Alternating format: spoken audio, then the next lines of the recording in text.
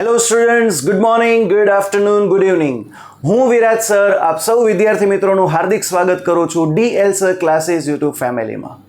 Students, ગઈકાલે જ મેં એક શોર્ટ વિડીયો મૂકેલો હતો કે જેમાં જણાવવામાં આવ્યું હતું કે જે સ્ટુડન્ટ્સે ધોરણ 12ની એક્ઝામ પૂરી કરી છે અને જેમનો ગોલ છે કે સર અમારે ગવર્મેન્ટ પ્રિપેરેશન કરવી છે, ગવર્મેન્ટ એક્ઝામ ક્લાસ 3 થી લઈને ક્લાસ 1 સુધીની પ્રિપેરેશન કરવી છે, તો એ તમામ એક્ઝામમાં જે કોમન સબ્જેક્ટ છે અને મોસ્ટ ઇમ્પોર્ટન્ટ સબ્જેક્ટ છે તો એ સબ્જેક્ટ કયો છે? ઇંગ્લિશ. તો સ્ટુડન્ટ્સ, આજે આપણે એકદમ બેઝિકથી ઇંગ્લિશની શરૂઆત કરવાની છે. સ્ટુડન્ટ્સ, ઇંગ્લિશ સબ્જેક્ટની વાત કરીએ તો ઇંગ્લિશ સબ્જેક્ટના તમારે 2 પાર્ટ કવર કરવાના છે. ઇંગ્લિશ સબ્જેક્ટના કેટલા? 2 પાર્ટ.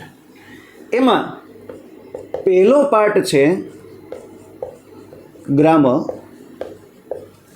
અને બીજો પાર્ટ છે વોકેબ, કે જેને આપણે શું કહીએ છીએ? વ્યાકરણ અને શબ્દ ભંડોળ. હવેની સ્ટુડન્ટ્સ કોઈ પણ એક્ઝામ રહી તો એ એક્ઝામ ગ્રામર ઉપર તો વેઇટેજ આપે જ છે, પણ જોડે જોડે શબ્દ ભંડોળ ઉપર પણ એટલું જ વેઇટેજ આપે છે. એટલે જે સ્ટુડન્ટ્સે પ્રિપેરેશન કરવી હોય અથવા તો જે સ્ટુડન્ટ્સ હાલમાં પ્રિપેરેશન કરી રહ્યા હોય એમને આ બંને પોઈન્ટ છે, આ બંને ટોપિક છે કવર કરવાના રહેશે. ગ્રામર અને શબ્દ ભંડોળ, સિનોનિયમ, એન્ટોનિયમ, વન વર્ડ સબસ્ટિટ્યુશન, ઇડિયમ ફ્રેઝિસ, આવું બધું હાલની એક્ઝામમાં પૂછાય છે. તો આપણે ગ્રામરની સાથે સાથે વોકેબ કવર કરવાની છે. હું પૂરેપૂરો પ્રયત્ન કરીશ કે આપણા વિડીયોઝમાં ગ્રામર અને વોકેબ બંને જોડે જોડે ચાલે. તો સ્ટુડન્ટ્સ, ગ્રામરમાં સૌથી પહેલો ટોપિક જે ભણવો છે એકદમ બેઝિકથી, હું તમને એઝ અ ફ્રેશર તરીકે જ માનીને ઇંગ્લિશની શરૂઆત કરાવું છું. કોઈ સ્ટુડન્ટ્સનો જો બેઝિક જે પાયો છે એ કાચો રહી ગયો હોય તો એનો જે પાયો છે એ આ વિડીયોમાં મજબૂત બની જશે. સ્ટુડન્ટ્સ, તો સૌથી પહેલો ટોપિક છે સ્ટ્રક્ચર ઓફ સેન્ટેન્સ. તો સ્ટુડન્ટ્સ, બોર્ડ ઉપર તમે જોઈ શકો છો ગ્રામરનો સૌથી પહેલો પોઈન્ટ શું છે? Structure of sentence. Students, sentence એટલે શું થાય? સેન્ટેન્સ એટલે વાક્ય. અને સ્ટ્રક્ચરનો મતલબ શું થાય? રચના. તો આ જે પોઈન્ટ છે સ્ટ્રક્ચર ઓફ સેન્ટેન્સ એટલે એકચ્યુઅલમાં શું કહેવાય? વાક્ય રચના. સ્ટુડન્ટ્સ, વાક્ય રચના શા માટે હું તમને સૌથી પહેલા સમજાવું છું એનો ખ્યાલ તમને આવનારા વિડીયોઝમાં આવશે. તમારે જો ટેન્સ ભણવા હોય, એક્ટિવ પેસિવ ભણવા હોય, ડાયરેક્ટ ઇનડાયરેક્ટ ભણવા હોય તો એના માટે આ કન્સેપ્ટ ક્લિયર હોવો જરૂરી છે. હું એમ કહું, વાક્ય રચના. વાક્ય રચનાના કેટલા પ્રકાર હોય? તો વાક્ય રચનાના 3 પ્રકાર, જેમાં પહેલું છે હકાર વાક્ય રચના, બીજું છે પ્રશ્નાર્થ વાક્ય રચના અને ત્રીજું છે નકાર વાક્ય રચના. સ્ટુડન્ટ્સ, જે વાક્ય રચના છે 3 પ્રકારે રજૂ થઈ શકે. જેમાં પહેલું શું કીધું? હકાર વાક્ય રચના. બીજું શું કીધું? પ્રશ્નાર્થ વાક્ય રચના. ત્રીજું શું કીધું? નકાર વાક્ય રચના. કોઈ પણ કાર્ડ હોય, આપણે 12 કાર્ડ ભણવાના છે. જો ધોરણ 9 થી 12માં છે ને તમારે 9 કાર્ડ આવતા હતા. એમાં કયો કાર્ડ? સાદો વર્તમાન કાળ, સાદો ભૂતકાળ, સાદો ભવિષ્ય કાળ, ચાલુ વર્તમાન કાળ, ચાલુ ભૂતકાળ, ચાલુ ભવિષ્ય કાળ, પૂર્ણ વર્તમાન કાળ, પૂર્ણ ભૂતકાળ, પૂર્ણ ભવિષ્ય કાળ. પણ હવે ગવર્મેન્ટલ જો એક્ઝામની પ્રિપેરેશન કરતા હોય તો તમારે 12 કાર્ડ શીખવા પડશે અને આપણે 12 કાર્ડ ભણવાના પણ છે. તો જે કાર્ડ છે એ કાર્ડમાં તમે જોતા હોય કે વાક્ય રચના આવે. હવે એકચ્યુઅલમાં શું છે, જે વાક્ય રચના તમે બધી યાદ રાખો છો ને એમાં કન્ફ્યુઝન થાય છે. તો વાક્ય રચના બધી યાદ નથી રાખવાની. હું એમ કહું છું આ 3 જ વાક્ય રચના યાદ રાખો. બાકી મારી આગળ શોર્ટ ટ્રીક છે, એ તમને 110% ફાવશે. તો પહેલી વાક્ય રચના હકાર. કોઈ પણ કાર્ડ હોય, સાંભળજો, કોઈ પણ કાર્ડ, એમાં હકાર વાક્યની રચના શું હોય? કર્તા પ્લસ સહાયકારક ક્રિયાપદ પ્લસ ક્રિયાપદ પ્લસ કર્મ પ્લસ અન્ય શબ્દ. શું? કર્તા, સહાયકારક, ક્રિયાપદ, ક્રિયાપદ, કર્મ, અન્ય શબ્દ. હવે પ્રશ્નાર્થ વાક્ય હોય તો પ્રશ્નાર્થ વાક્યની શરૂઆતમાં કોણ આવશે? WH વાળો શબ્દ અથવા તો સહાયકારક ક્રિયાપદ. પ્લસ કર્તા, ક્રિયાપદ, કર્મ, અન્ય શબ્દ પ્લસ ક્વેશ્ચન માર્ક એટલે કે પ્રશ્નાર્થ ચિહ્ન. અને જે નકાર વાક્યની રચના છે એમાં શું આવશે? કર્તા પ્લસ સહાયકારક ક્રિયાપદ પ્લસ નોટ પ્લસ ક્રિયાપદ પ્લસ કર્મ પ્લસ અન્ય શબ્દ. સ્ટુડન્ટ્સ, આ 3 વાક્ય રચના યાદ રાખો તો તમારે બધા કાર્ડ છે ને આમાં આવી જશે. અને કાર્ડ કઈ રીતે યાદ રાખવાના છે એ હું બેઠો છું, હું તમને કહીશ. એ શોર્ટ ટ્રીક એટલી બેસ્ટ છે કે તમને આટલું યાદ રહે ને તો ઓલું તો ફાવવાનું જ છે. શું? અકારની વાક્ય રચના શું છે? કર્તા, સહાયકારક, ક્રિયાપદ, ક્રિયાપદ, કર્મ, અન્ય શબ્દ. હવે આ સહાયકારક ક્રિયાપદ જે છે, જોજો, આ સહાયકારક ક્રિયાપદ પહેલા આવી જાય અને કર્તા અહીંયા આવે એટલે જો બે વચ્ચે ક્રોસ થયું. તો આ સહાયકારક ક્રિયાપદ પહેલા આવે ને કર્તા આમ આવે તો એ વાક્ય રચના શેની થઈ જાય? પ્રશ્નાર્થની. બાકી જે આ 3 છે, ક્રિયાપદ, કર્મ, અન્ય શબ્દ, ક્રિયાપદ, કર્મ, અન્ય શબ્દ, એ તો ત્યાં છે, એના સ્થાનમાં કોઈ ફેરફાર થયો નથી. અને જો તમે નકારની વાક્ય રચના જુઓ તો કર્તા, સહાયકારક, ક્રિયાપદ, આ વચ્ચે કોણ એડ થયું? નટુભાઈ નોટ. શું? નટુભાઈ નોટ. બાકી ક્રિયાપદ, કર્મ, અન્ય શબ્દ ત્રણેયમાં જો સેમ છે. તો સ્ટુડન્ટ્સ, વાક્ય રચના પાકી કરશો એટલે એક તમને બેનિફિટ શું થશે કે આપણે જે પોઈન્ટ્સ આગળ સમજવાના છે, એક્ટિવ પેસિવ છે, ડાયરેક્ટ ઇનડાયરેક્ટ છે, પછી તમે જે રાઇટિંગ સેક્શન, તમે જો તમને કદાચ ખ્યાલ હોય, હું આવનારા દિવસોમાં એક વિડીયો લાવવાનો છું કે જેમાં ગવર્મેન્ટ જે પ્રિપેરેશન છે, તો CCE છે, પછી GSSBની જે આવે છે, પંચાયત મંડળની આવે છે, એમાં જે ડિસ્ક્રિપ્ટિવ આવે છે તો ડિસ્ક્રિપ્ટિવ લખવું કઈ રીતે, તો એના માટે પણ તમને આ વાક્ય રચનાનું જે ફાઉન્ડેશન છે, બેઝિક છે, એ ક્લિયર હોવું જોઈએ. તો સ્ટુડન્ટ્સ, તમે આનો સ્ક્રીનશોટ લઈને લખી શકો છો. તો જો સ્ક્રીનશોટ લઈ લીધો હોય તો હવે આપણે, તમારા મનમાં સર ડાઉટ આવે કે સર આ કર્તા શું છે, સહાયકારક ક્રિયાપદ શું છે, ક્રિયાપદ શું છે, કર્મ શું છે, અન્ય શબ્દ શું છે, આ બધા જે પદ છે વાક્ય રચનાના, એ આપણે પદ બાય પદ સમજવાના છે. કેવી રીતે? પદ બાય પદ. આપણે એકચ્યુઅલી ગુજરાતીમાં શું હોય? પદ બાય પદ. આપણું ગુજરાતીનું ઇંગ્લિશ છે ને બહુ જોરદાર છે, બરાબર? ગુજરાતી અને ઇંગ્લિશ ભેગું કરે એટલે ગુજલીશ થઈ જાય. શું થઈ જાય? ગુજલીશ. એકચ્યુઅલમાં મેં તો 1-2 જગ્યાએ એવું સાંભળ્યું છે, બટ આપણે ગર્લ છે, ગર્લનું બહુવચન શું થાય? ગર્લ્સ થાય. હવે મેં તો ગર્લ્સનું બહુવચન પણ ગુજરાતીમાં ગર્લ્સનું બહુવચન શું કરે ખબર? ગર્લ્સું. શું કરે? ગર્લ્સું. હવે આપણે આવું ઇંગ્લિશ શીખવાનું નથી, બરાબર? એટલે કહેવાનો મતલબ શું છે કે તમે, તમારા મનમાં ક્વેશ્ચન આવતા હશે, સર કર્તા, સહાયકારક, ક્રિયાપદ, કર્મ, અન્ય શબ્દ શું છે? તો એ બધું આપણે સમજવાનું છે. તો સ્ટુડન્ટ્સ, આટલું ફાવ્યું? કોઈ ડાઉટ હોય તો કમેન્ટ સેક્શનમાં જણાવવાનું છે.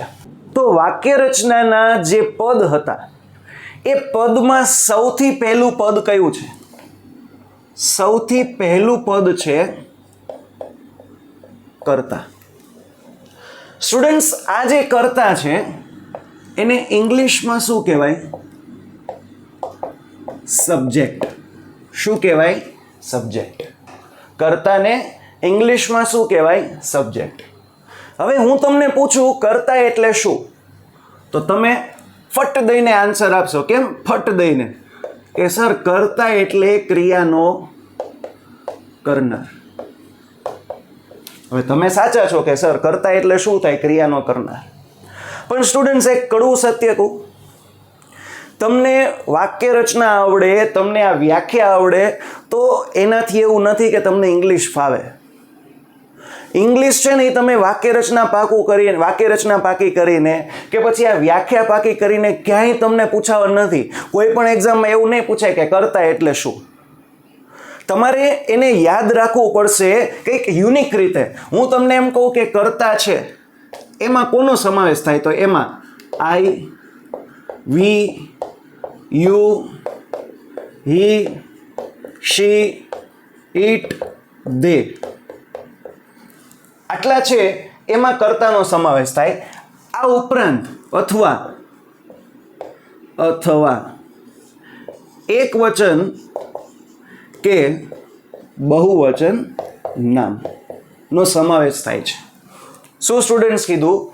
કર્તા એટલે શું? તો વ્યાખ્યા જાણવું હોય તો એના માટે કે ભાઈ કર્તા એટલે ક્રિયાનો કરનાર, બરોબર, એટલું યાદ હોય એટલે ઇનફ.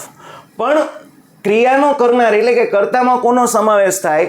તો આઈ, વી, યુ, હી, શી, ઇટ, દે અથવા શું કીધું? એક વચન કે બહુવચન નામ. હવે નેક્સ્ટ આપણે સમજવાનું શું જરૂરી છે? જે કોઈ પણ કર્તા છે એનું સ્થાન, બરાબર, એનું સ્થાન ક્યાં છે? તો સ્ટુડન્ટ્સ આ બહુ જ ઇઝી મેથડ છે કે જો હકાર અને નકાર વાક્ય હોય, કયું? હકાર અને નકાર વાક્ય હોય તો એમાં કર્તાનું સ્થાન ક્યાં હશે? ખબર છે? વાક્યની શરૂઆતમાં. શું કીધું? જો હકાર કે નકાર વાક્ય હોય તો કર્તાનું સ્થાન ક્યાં હશે? વાક્યની શરૂઆતમાં. મારી ભાષામાં કેવું હોય ને તો વાક્યના ઉદ્ઘાટનમાં. ક્યાં? ઉદ્ઘાટનમાં, બરાબર. સૌથી પહેલા જ મુહૂર્તમાં હકાર અને નકાર વાક્યમાં કોના દર્શન થાય? કોના દર્શન થાય? બોલો તો. કર્તાના. અને જો પ્રશ્નાર્થ વાક્ય હોય, કયું? પ્રશ્નાર્થ. તો પ્રશ્નાર્થ વાક્યમાં કર્તાનું સ્થાન ક્યાં હશે? WH અથવા સહાયકારક ક્રિયાપદ પછી. શું કીધું? જો હકાર કે નકાર વાક્ય હોય તો કર્તાનું સ્થાન ક્યાં હશે? વાક્યની શરૂઆતમાં, વાક્યના ઉદ્ઘાટનમાં, બરાબર. અને જો પ્રશ્નાર્થ વાક્ય હોય તો કર્તાનું સ્થાન ક્યાં હશે? WH અથવા તો સહાયકારક ક્રિયાપદ પછી. એકચ્યુઅલી કેવું છે કે જે તળપદા શબ્દો કહેવાય, બરાબર, તો ક્યાંક ને ક્યાંક જે છે ને ગામઠી ભાષામાં પછીને શું બોલે? પૈસી. હવે એકચ્યુઅલી આવા શબ્દો ટ્રીક છે. આવા શબ્દો યાદ રાખશો ને તો તમને ડાયરેક્ટ યાદ આવે કે આ વિરાટ સર કહેતા હતા કે પૈસી. તો હું તમને એમ કહું કે ભાઈ કર્તા છે એ પ્રશ્નાર્થમાં ક્યાં આવે? ડાયરેક્ટ ઓલો શબ્દ યાદ આવે. કયો? પૈસી. ક્યાં આવે? WH અને સહાયકારક ક્રિયાપદ પૈસી. શું બોલવાનું? પૈસી, બરાબર. એકચ્યુઅલી પછી કહેવાય છે, બરાબર. તો આટલું સમજાણું. ફરીથી, કર્તા એટલે શું? ક્રિયાનો કરનાર. એમાં શું આવે? આઈ, વી, યુ, હી, શી, ઇટ, દે અથવા એક વચન કે બહુવચન નામ. અને મેઇન શું છે? એનું સ્થાન. હકાર કે નકાર વાક્યમાં ક્યાં હશે? વાક્યની શરૂઆતમાં એટલે કે ઉદ્ઘાટનમાં. અને WH જે પ્રશ્નાર્થ વાક્ય છે, પ્રશ્નાર્થ વાક્યમાં કર્તાનું સ્થાન ક્યાં હશે? WH અને સહાયકારક ક્રિયાપદ પૈસી. ઓકે, તો હવે આપણે એના થોડા એક્ઝામ્પલ જોઈએ. તો સ્ટુડન્ટ્સ અહીંયા મેં 3 એક્ઝામ્પલ લખેલા છે. આ ત્રણેય એક્ઝામ્પલમાં આપણે શોધવાનું છે કે કર્તા કયું છે. પહેલું સેન્ટેન્સ શું છે? He has submitted the project.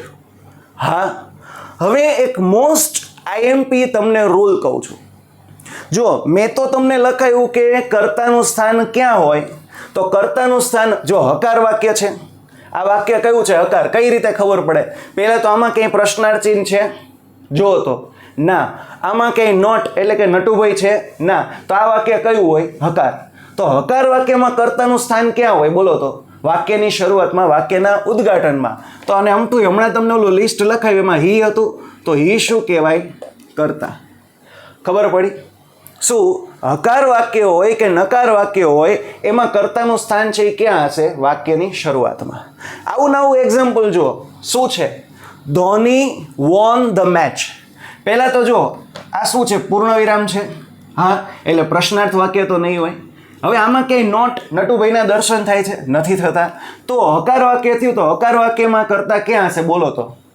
હકાર વાક્યમાં કર્તા વાક્યની શરૂઆતમાં હશે, તો ધોની શું કહેવાય? કર્તા. યાદ રહેશે. અને જો તો આ કયું વાક્ય છે? આ પ્રશ્નાર્થ ચિહ્ન દેખાય છે, પ્રશ્નાર્થ ચિહ્ન. તો પ્રશ્નાર્થ ચિહ્નનો નિયમ યાદ કરો તો ક્યાં હોય? WH અથવા સહાયકારક ક્રિયાપદ પૈસી. તો જો WH અથવા સહાયકારક ક્રિયાપદ, આ ડુ છે એ સહાયકારક ક્રિયાપદ કહેવાય, તો એના પછી યુ છે એ શું કહેવાય? કર્તા. આટલી ખબર પડી? હા, હવે એકચ્યુઅલમાં કર્તા ઓળખવું હોય તો તમને ક્યાંક ને ક્યાંક એવું શીખવવામાં આવ્યું હશે કે કર્તા ઓળખવા માટે કોણથી પ્રશ્ન પૂછવો. કોને? કર્તા ઓળખવા માટે શેનાથી પ્રશ્ન પૂછવાનો? કોણથી. એકચ્યુઅલી આ રીતે મળે, પણ આપણે શોર્ટ ટ્રીક બનતી હોય તો એ વધારે બેનિફિશિયલ છે, બરાબર. અને એ પણ આપણે લોજિકલી જ યાદ રાખ્યું છે ને. કઈ રીતે? સ્થાન બોલો તો હકાર અને નકાર વાક્ય હોય તો એમાં ક્યાં હોય? શરૂઆતમાં. જો હકાર અને નકાર વાક્ય છે તો એમાં કર્તા ક્યાં છે? શરૂઆતમાં. અને પ્રશ્નાર્થ વાક્ય હોય એમાં કર્તા ક્યાં છે? સહાયકારક ક્રિયાપદ પછી.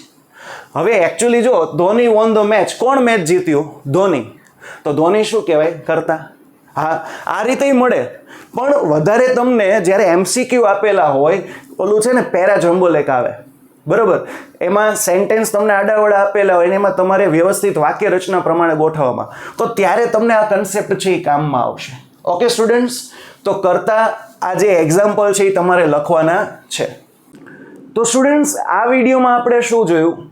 સ્ટ્રક્ચર ઓફ સેન્ટેન્સ, હકાર, પ્રશ્નાર્થ, નકાર અને કર્તાના સ્થાન વિશે કર્તાની માહિતી લીધી અને એક્ઝામ્પલ્સ જોયા.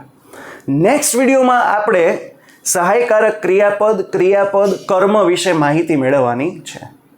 જો સ્ટુડન્ટ્સ તમને આ વિડીયો યુઝફુલ લાગ્યો હોય, આમાંથી કંઈક ને કંઈક નવું શીખવા મળ્યું હોય, તો તમારે શું કરવાનું છે? આ વિડીયોને શેર કરવાનો છે, ચેનલને સબસ્ક્રાઇબ કરવાની છે અને વિડીયોને લાઇક તો કરવાનું જ છે. જો આ વિડીયો ગમે તો વિડીયોને શેર કરજો. બાકી મળશું આપણે નેક્સ્ટ વિડીયોમાં. ત્યાં સુધી આપ સૌને વિરાજ સરના જય માતાજી.